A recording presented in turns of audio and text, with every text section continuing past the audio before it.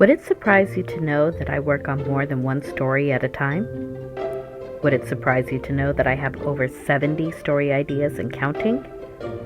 Would it surprise you to know that I work on many of them for years before I put them into production? Would you like to know how I do it? Stay tuned.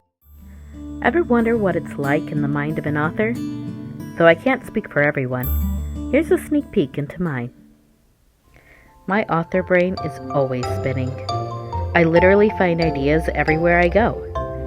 When that happens, I'll jot down the ideas on whatever paper is handy, or I'll add them to my notes app and start researching them. I'll make Pinterest boards. You'll see clips of all of these as I hint at my story ideas. Let's start at the beginning.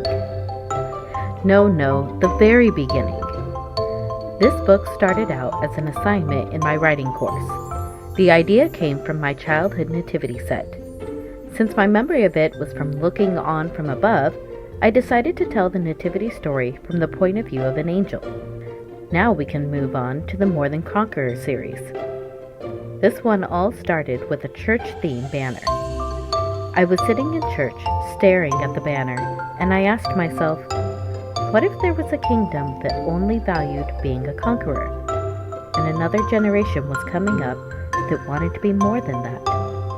By the time the offering was taken, I had the 4 main characters mapped out and the 7-book series arc planned out. So far, I have book 1 and 2 done, and I'm working currently on book 3. Let's move on to my next series, The Christmas Realm Chronicles. This idea took a bit of a train ride at first. In 2020, Food Network had a show about Candyland. They created the entire Candyland set. As I watched it, I began to feel inspired. I wanted a story to take place in that setting. As I began to mull over it, I started thinking about the land of sweets from the Nutcracker. I remembered the many years I spent dancing in the Nutcracker as a kid, and the Nutcracker collection that was inspired by it. I used to play with them like they were Barbie dolls and tell myself stories of life in the land of sweets. I decided I had to finally share those stories with the world. If you'd like to know more about that story, go watch this vlog about how I came up with the entire idea. The ideas for the next 2 books started pouring in after I finished the first one. Here's a teaser. Ballet will play another important role in book 2. I've started doing research for it already by going to some more ballets that I hadn't seen before. Now for the fun part, random ideas I haven't put into production yet. One November, during NaNoWriMo, National Novel Writing Month, I worked on a standalone novel about a teenage boy who could see spiritual warfare around him. The idea came from me wondering what it would be like to see angels for a while.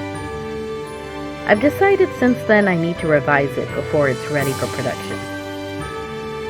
Before I started working on More Than Conqueror series, I was planning on working on a 7-book series about spies. What's funny about this series is the original idea came to me during college. The year before, I had been trying to co-write a spy story with a friend. We couldn't come up with a good idea, though. Then all of a sudden, I'm walking into my dorm room one day and bam! The idea hit me. I knew the main character for each book in a 7-book series.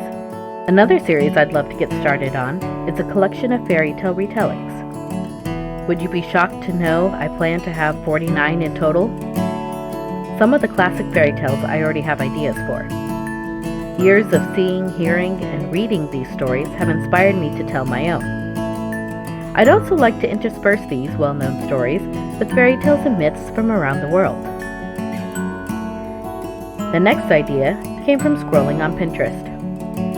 I saw these images of the pirate-era stories. Seeing them, my mind said, there's an idea here somewhere. So far, I only have a few thoughts written down for this one, but I can't wait until the rest of the idea comes to me. Story ideas literally come to me from everywhere. Sometimes it's really hard for me to explain how I come up with them all and how you can do the same. However, I have written a lesson on my Patreon tier, Miss Kate's Writing Class, that might give you a place to get started. This final idea is my most recent one. I came up with it driving to a ladies' conference. I was thinking about how fun it was to write a seasonal story for Christmas, and how I wanted to do other stories for the other seasons. I have a favorite book series that I read that had one book per season. I wanted to do something similar, but wasn't sure what to do at first. Then it hit me. I had the perfect vessel for these stories sitting in my archived story folder. The Coffee House Girls. This is a series I started as a journal for my choir class in high school. My teacher said we had to turn in a weekly journal as a writing assignment grade. I started writing about 4 girls who met up in a coffee shop every week and recapped how their week went.